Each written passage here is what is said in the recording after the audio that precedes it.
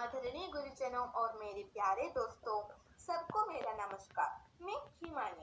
आप सबको हिंदी सप्ताह की ढेर सारी शुभकामनाएं। हमारे हिंदी दिवस का उद्घाटन कल यहाँ संपन्न हुआ था। आप सब देखा होगा और आज हम सप्ताह के दूसरे दिन पर है। मैं हार्दिक रूप से इस समारोह में आप सबको स्वागत करती हूँ। आज के समारोह में हिंदी मंच पर कविता वेदी का आयोजन किया है। साथ ही हमें बधाइयाँ देने के लिए, शुभकामनाएं देने के लिए हमारे अध्यापक भी यहाँ उपस्थित है। हमारे स्कूल के हाई सेकेंडरी विभाग की हिंदी अध्यापिका श्रीमती श्रीजा टीचर आज हमें शुभकामनाएं देने के लिए हमारे साथ है। इनका मैं हार्दिक स्वागत करती हूँ। हमारे स्कूल की चित्रकला के अध्यापक श्री साइमन मास्टर को आप सब जानते हैं। आप सब इनसे परिचित हैं और वे भी आज हमारे साथ यहाँ हैं आशीर्वाद भाषण देने के लिए। और इनको भी मैं हिंदी मंच की तरफ से प्यार से स्वागत करती हूँ। हमारे स्कूल के अपर प्राइमरी विभाग की अध्यापिका श्रीमती मीना टीचर भी हमारे साथ है। हिंदी में चंद शब्द बोलकर हमें प्रोत्साहन बढ़ावा देने के लिए वे तैयार हो गए। वे खुशी की बात है और इनको मैं हिंदी मंच की तरफ से हार्दिक स्वागत करती हूँ। आज के हिंदी मंच पर हमारे स्कूल के 8वीं कक्षा के छात्राएं कविताएं प्रस्तुत करते हैं।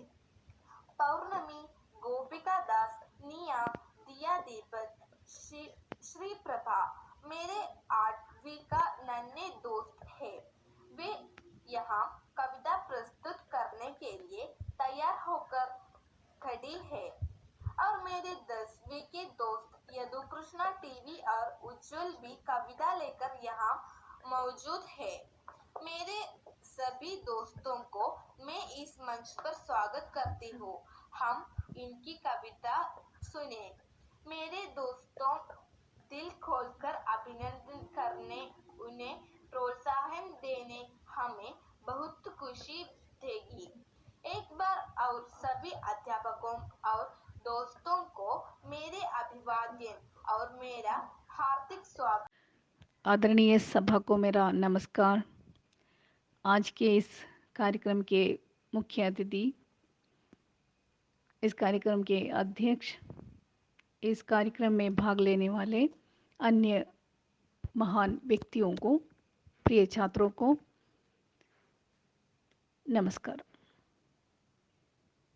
बड़े खुशी के साथ आज मैं यहाँ पर आपसे बोल रही हूँ। सब जानते हैं 14 सितंबर हिंदी दिवस है और इस अवसर पर विश्व भर के हिंदी प्रेमी हिंदी दिवस का आयोजन करते हैं। दरअसल 1949 को हिंदी भाषा को राजभाषा का अधिकार देने का सुझाव आया था, उसे पारित किया गया था। इसके फलस्वरूप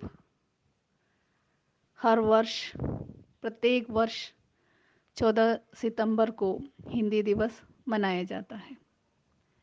वैसे हमारे स्कूल में भी हिंदी विभाग की ओर से आज हिंदी दिवस मना रहे हैं। इस आयोजन को या ऐसे एक कार्यक्रम यहाँ आयोजित करने वाले संचालकों को हमारे हायर सेकेंडरी हिंदी विभाग की ओर से अभिनंदन दे रहे हैं। सभी लोगों को जो इस कार्यक्रम से जुड़े हैं, सभी लोगों को अभिनंदन देते हुए हमारे बच्चों से कुछ बातें मैं बोलना चाहती हूँ। वर्तमान सामाजिक जीवन में हिंदी का बहुत बड़ा स्थान है। सब लोग जानते ही होंगे, हमारे केरल में अन्य राज्यों से बहुत से ऐसे लोग काम के लिए आते हैं जिनकी भाषा हिंदी नहीं है। बंगाल से, उड़िया से, सॉरी, उड़ीसा से, राजस्थान से, जैसे अन्य प्रदेशों से बहुत से लोग केरल में काम करने के लिए आते हैं। तो हमारे मलयाली लोगों को बंगाली नहीं मालूम, गुजराती नहीं मालूम या बिहारी नहीं मालूम, फिर भी हिंदी के द्वारा लोग काम चला लेते हैं। तो मैं ये कह रही हूँ कि वर्तमान समाज में हिंदी भाषा का एक महत्वपूर्ण स्थान है। इस तरह हमारे मलयाली हिंदी सीख चुके हैं, या मलयाली लोग हिंदी सीख चुके हैं, हिंदी लोग मलयालियों से हिंदी बोलने के लिए, जैसे बंगाली, उनकी मातृभाषा बंगाली है लेकिन मलयालियों से बोलने के लिए वे लोग हिंदी सीख लेते हैं। कार्यालय भाषा के रूप में भी आजकल हिंदी का प्रयोग हो रहा है। पहले हमारे कार्यालयों में अंग्रेजी का प्रयोग ही हुआ था लेकिन आजकल राजभाषा के रूप में हिंदी का प्रयोग हो रहा है, जिससे साधारण लोग, आम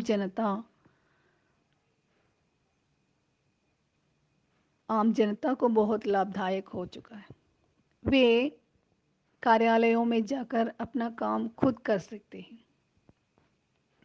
पहले वो अंग्रेज़ी था तो अंग्रेज़ी पढ़ने और काम चलाने के लिए बहुत मुश्किल था, लेकिन आजकल हिंदी को कार्यालय भाषा, शासकीय भाषा बनाने के कारण सब लोग हिंदी में अपना काम चला लेते थे। वैसे संपर्क भाषा भी हिंदी ही है। उत्तर भारत में हिंदी बोली जाती है, आप सब जानते होंगे। उनकी मातृभाषा बिहार, दिल्ली, हरियाणा, उत्तर प्रदेश, मध्य प्रदेश, हिमाचल प्रदेश जैसे राज्यों की मातृभाषा हिंदी है।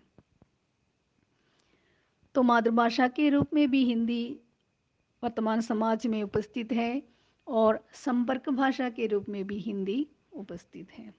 जैसे दक्षिण भारत के लोग उत्तर भारत जाएंगे या दक्षिण में ही केरल के लोग कर्नाटक में या तमिलनाडु में जाएंगे तो हिंदी का प्रयोग ही वे लोग करते हैं। तो साहित्यिक रूप में, संपर्क रूप में, कार्यालय भाषा के रूप में, राजभाषा के रूप में और राष्ट्रभाषा के रूप में हिंदी उपस्थित है। ये हमारी भारत की स्थिति है। तो विश्व में देखेंगे तो विश्व में भी हिंदी का एक महत्वपूर्ण स्थान है। विश्व में अनेक ऐसे विश्वविद्यालय हैं जहाँ पर हिंदी पढ़ाया जाता है। सूरीनाम, मॉरिशस, नेपाल, पाकिस्तान, बांग्लादेश जैसे अनेक देशों में हिंदी का प्रयोग होता है। हिंदी बोलते हैं, हिंदी सीखते हैं, विश्वविद्यालय में हिंदी पढ़ाते हैं। तो विश्व में भी हिंदी का एक रूप है। इसलिए बड़े गर्व के साथ, अभिमान के साथ हम कह सकते हैं कि भारत की जो भाषा है वो केवल भारत में ही नहीं बल्कि पूरे विश्व में प्रचलित है। अब हम साहित्यिक भाषा के रूप में हिंदी को लेंगे तो आप सब जानते हैं हिंदी साहित्य संपन्न है। अनेक रचनाएं हिंदी भाषा में आ रहे हैं और उन रचनाओं का अनुवाद विभिन्न भाषाओं में भी हो रही है। तो अनुवाद के द्वारा हिंदी आज विश्व भर में पहचानी जाती है।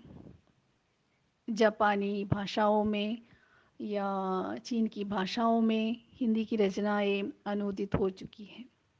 तो भारत की जो संस्कृति है, भारत की जो आचार विचार है, भाषा प्रयोग है, वेशभूषा है, चरित्र है, वो सब हिंदी के द्वारा अन्य देशों में जा चुकी है। अनुवाद के द्वारा, अनुवाद मैंने ट्रांसलेशन, अनुवाद के द्वारा पूरे विश्व में हिंदी पहुंच चुकी है और अपना एक स्थान बना चुकी है। ये मैं आपसे इसलिए कह रही हूँ कि आप लोग हिंदी पढ़ें, सीखें और विश्व भर में हिंदी का प्रचार करें। हिंदी दिवस के इस अवसर पर बस इतना ही मैं कहना चाहती हूँ और विदा लेती हूँ इस प्रत्याशा के साथ कि हिंदी का भविष्य उजागर है। मुझे सुनने वाले सब लोगों को धन्यवाद और ये जो अवसर मुझे दिया गया है, इस अवसर देने के लिए सदी टीचर को और अन्य सभी अध्यापिकाओं, अध्यापक बंधुओं को मैं धन्यवाद देती हूँ। साथ ही बड़े खुशी के साथ ये कह भी रही हूँ कि ऐसे जो कार्यक्रम, हमारे हिंदी दिवस के इस कार्यक्रम चलाने का जो साहस उन्होंने उठाया है वह सराहनीय है। धन्यवाद। शिक्षकों और विद्यार्थियों, सीखने से जुड़ी कई ऐसी गतिविधियां हैं जो इस कोविड काल में ऑनलाइन होने पर हमें याद आती है। इसलिए सदी टीचर ने हिंदी दिवस के अवसर पर इस तरह के कार्यक्रम आयोजित किया। इसलिए मुझे आशा है कि आप इन हेमरुचि के साथ समझेंगे और सीखने को और अधिक मनोरंजन बना देंगे। धन्यवाद। नमस्कार।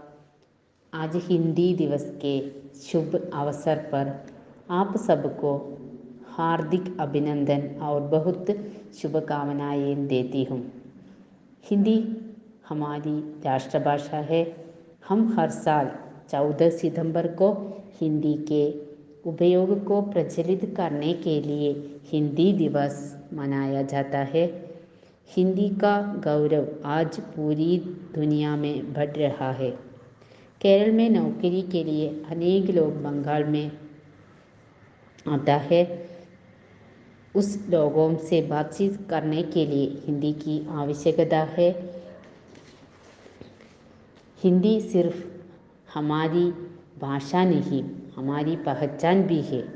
तो आइए हिंदी बोलें, हिंदी सीखें और हिंदी सिखाएं। धन्यवाद।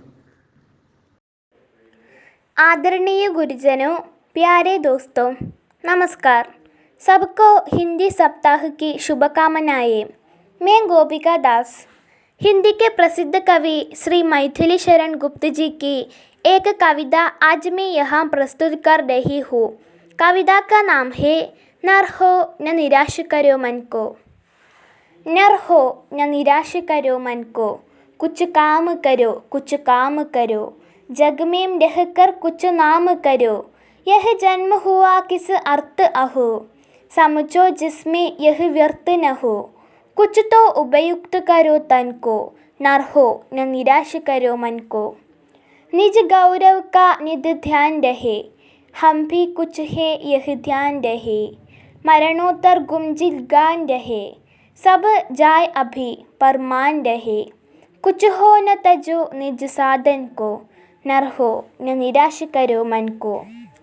करके विधिवाद न खेद करे, निज लक्ष्य निरंतर भेद करो।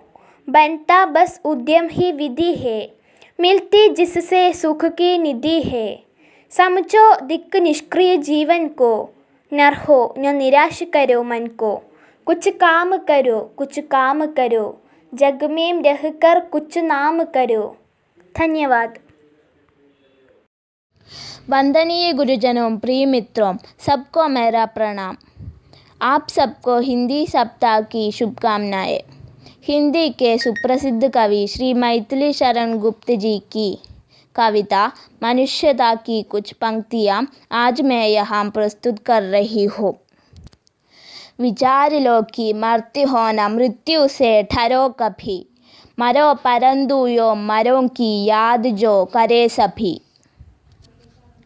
हुई न योम सुमृत्यु तो वृथा मरे वृथा जिए, मरा नहीं वही की जो जिया न आपके लिए। यही पशु प्रवृत्ति है कि आप ही चरे, वही मनुष्य है कि जो मनुष्य के लिए मरे। क्षुधार्त रंदी देव ने दिया करस्त थाल भी, तथा दधी जी ने दिया परार्थ अस्थि जाल भी। उशीन क्षिदिश ने स्वमांस दान भी किया, सहर्ष वीर कर्ण ने शरीर चर्म भी दिया। अनित्य देह के लिए अनादि जीव क्या डरे, वही मनुष्य है कि जो मनुष्य के लिए मरे। चलो अभिष्ट मार्ग में सहर्ष खेलते हुए, विपत्ति विघ्न जो पठे उन्हें ढकेलते हुए। खड़े न हेल मेल हम, फड़े न भिन्नता कभी, अतर्क एक पंथ के सतर्क पंथ हो सभी। तभी समर्थ भाव है कि तारता हुआ तरे, वही मनुष्य है कि जो मनुष्य के लिए मरे। धन्यवाद। आदरणीय गुरुजनों, प्यारे मित्रों, सबको मेरा नमस्कार। आप सबको मेरी तरफ से हिंदी सप्ताह की शुभकामनाएं। हिंदी के श्रेष्ठ कवि श्री सुमित्रानंदन पंत जी की एक सुंदर कविता है प्रथम रश्मि। मैं इस कविता की कुछ पंक्तियां यहाँ प्रस्तुत करना चाहती हूँ। प्रथम रश्मि का आना रंगिणी, तूने कैसे पहचाना। कहाँ कहाँ है बाल विहंगिनी, पाया तूने यह गाना। सोई थी तो स्वप्न नीठ में, पंखों के सुख में छिपकर। ऊँग रहे थे घूम द्वार पर, प्रहरी से जुगुनूनाना। कूक उड़ी सहसा तरुवासिनी, गा तो स्वागत का गाना। किसने तुझको अंतर्यामिनी, बतलाया उसका आना। प्रथम रश्मि का आना रंगिणी, तूने कैसे पहचाना।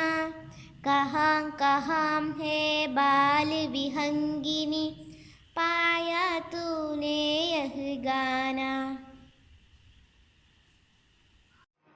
आदरणीय गुरुजनों और प्यारे दोस्तों, नमस्कार।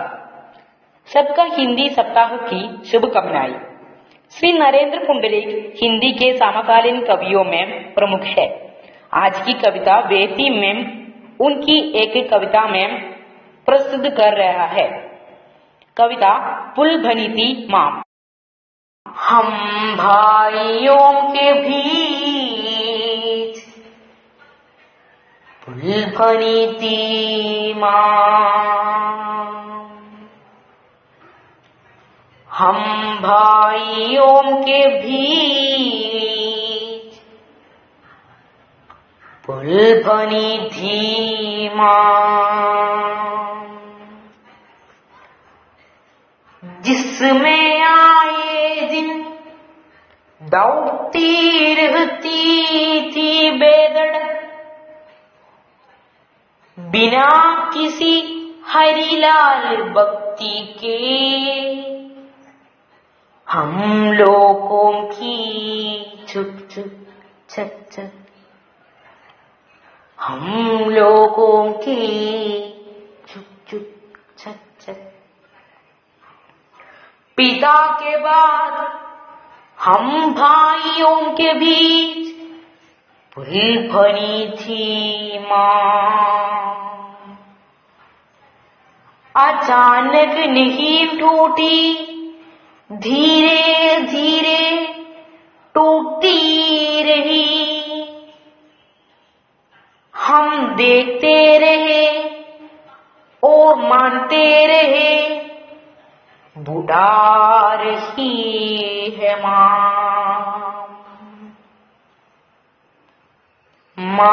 का बार बार कहने को हम मानकर चलते रहे।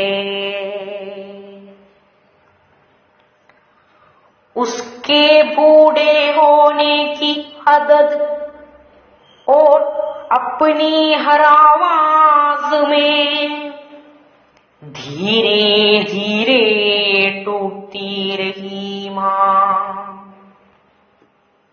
धीरे धीरे टूटती रही माँ। हाथों में हाथ रहती माँ, एक दिन हमारे कंधों में आ गई। धीरे धीरे महसूस करने लगे हम अपने वृषभ कंधों में माँ का भारी होना, माँ का भारी होना। जब तक जीवित रही माँ हम बदलते रहे अपने कंधे, माँ आखिर माँ ही थोए।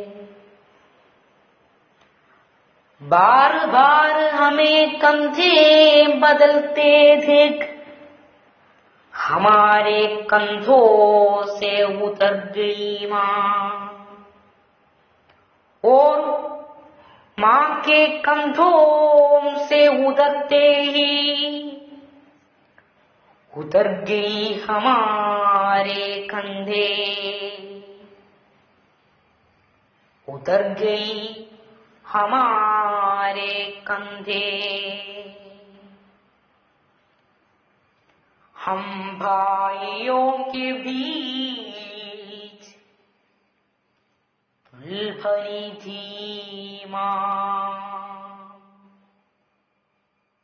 हम भाइयों के बीच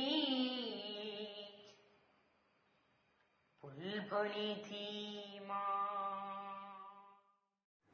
आदरणीय गुरुजनों और मेरे प्रिय मित्रों, नमस्ते। सबको हिंदी सप्ताह की शुभकामनाएं। मैं निया। मैं आज कविता वेदी में श्रीमती सुभद्रा कुमारी चौहान की मेरा नया बचपन नामक कविता प्रस्तुत करना चाहती हूँ। बार बार आती है मुझको मधुर याद बचपन मेरी, गया ले गया तू जीवन की सबसे मस्त खुशी मेरी।